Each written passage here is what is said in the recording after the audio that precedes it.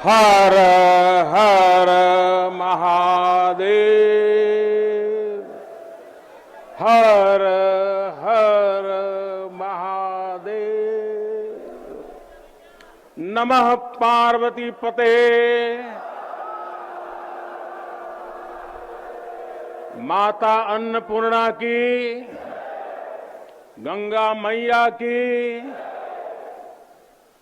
इस ऐतिहासिक आयोजन में उपस्थित उत्तर प्रदेश की राज्यपाल श्रीमती आनंदीबेन पटेल, उत्तर प्रदेश के मुख्यमंत्री कर्मयोगी श्री योगी आदित्यनाथ जी,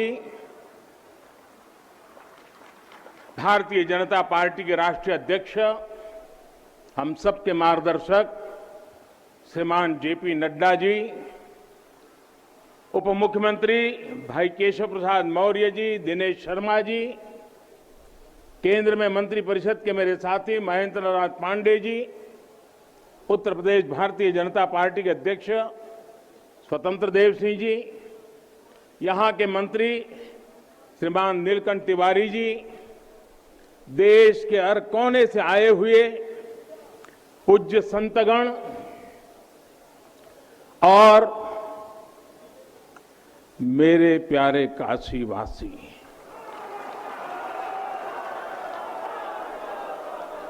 और देश विदेश से इस अवसर के साक्षी बन रहे सभी श्रद्धालु साथीगण,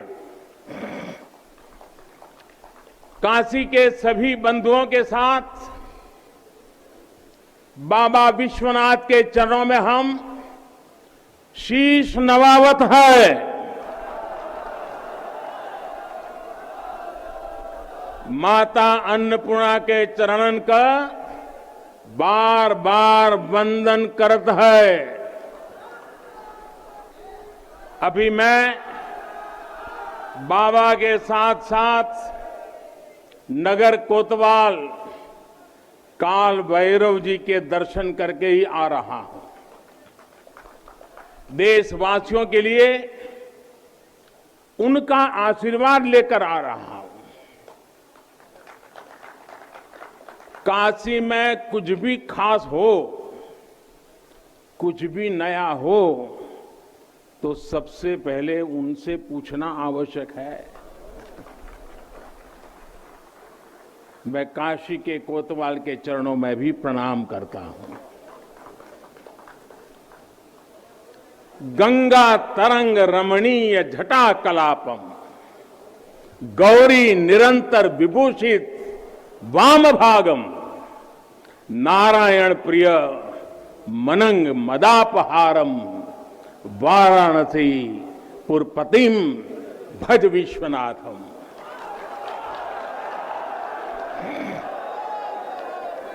हम बाबा विश्वनाथ दरबार से देश दुनिया के उन श्रद्धालु जनन के प्रणाम करत है जो अपने अपने स्थान से इस महायज्ञ के साक्षी बनत होन। हम आप सब काशीवासी लोगन के प्रणाम करत है, जिनके सहयोग से इस शुभ घड़ी आयल है। हृदय गदगद है, मन आह्लादित है। आप सब लोगन के बहुत बहुत बधाई है।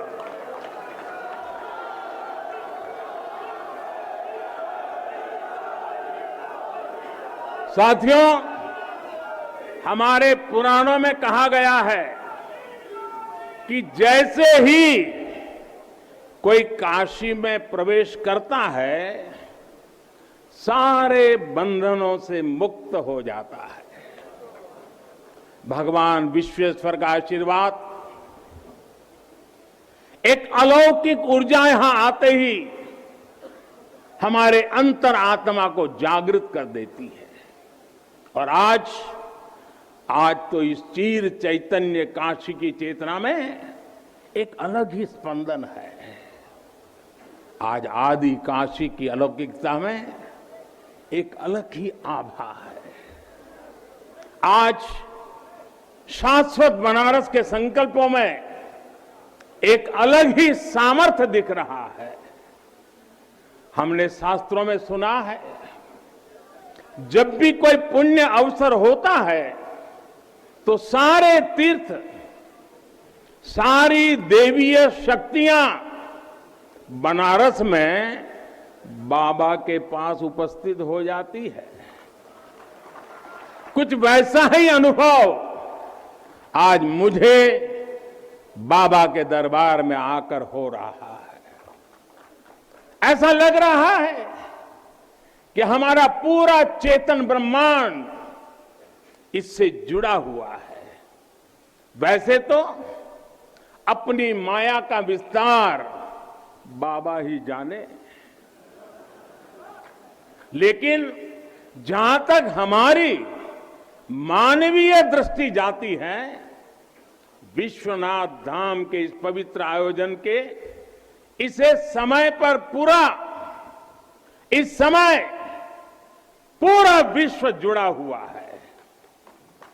साथियों, आज भगवान शिव का प्रिय दिन सोमवार है। आज विक्रम संवत 2078 मार्गशीर्ष शुक्ल पक्ष 10वीं तिथि एक नया इतिहास रच रही है।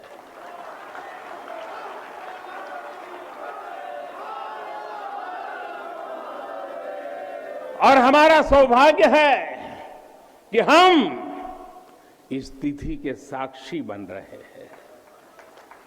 आज विश्वनाथ धाम अकल्पनीय अनंत ऊर्जा से भरा हुआ है। उसका वैभव विस्तार ले रहा है। इसकी विशेषता आसमान छू रही है।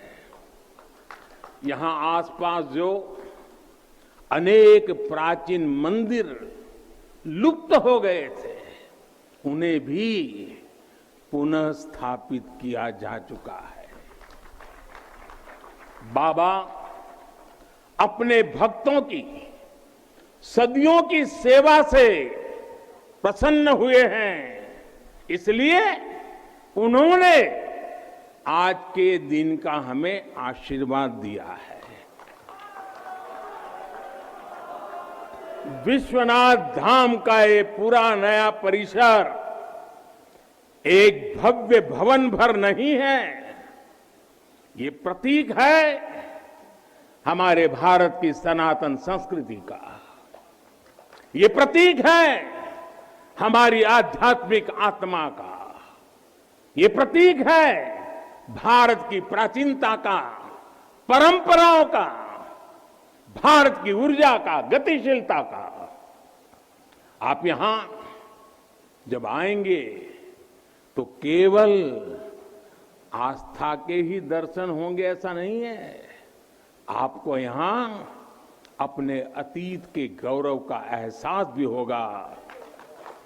कैसे प्राचीनता और नवीनता एक साथ सजीव हो रही है, कैसे पुरातन की प्रेरणाएं भविष्य को दिशा दे रही हैं, इसके साक्षात दर्शन विश्वनाथ धाम। साथियों, जो मां गंगा उत्तर वाहिनी होकर बाबा के पांव पखारने काशी आती है, वो मां गंगा भी आज बहुत प्रसन्न होगी। अब जब हम भगवान विश्वनाथ के चरणों में प्रणाम करेंगे, ध्यान लगाएंगे, तो मां गंगा को स्पर्श करती हुई हवा हमें स्नेह देगी, हमें आशीर्वाद देगी। और जब मां गंगा उन्मुक्त होगी, प्रसन्न होगी, तो बाबा के ध्यान में हम गंग तरंगों की कलकल का दैवीय अनुभव भी कर सकेंगे। बाबा विश्वनाथ सबके हैं, मां गंगा सबकी है।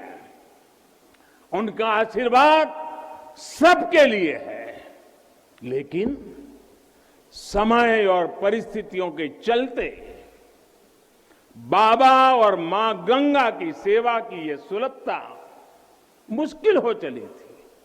यहां हर कोई आना चाहता था, लेकिन रास्तों और जगह की कमी हो गई थी। बुजुर्गों के लिए, दिव्यांगों के लिए यहां आने में बहुत कठिनाई होती थी, लेकिन अब विश्वनाथ धाम परियोजना के पूरा होने से यहां हर किसी के लिए पहुंचना सुगम हो गया है। हमारे दिव्यांग भाई बहन, बुजुर्ग माता पिता सीधे बोर्ड से जेटी तक आएंगे। जेटी से घाट तक आने के लिए भी एस्केलेटर लगाए गए हैं, वहां से सीधे मंदिर तक आ सकेंगे। संकरे रास्तों की वजह से दर्शन के लिए जो घंटों तक का इंतजार करना पड़ा था, जो परेशानी होती थी, वो भी अब कम होगी। पहले यहां जो मंदिर क्षेत्र केवल 3000 वर्ग फीट में था, वो अब करीब करीब 5 लाख वर्ग फीट का हो गया।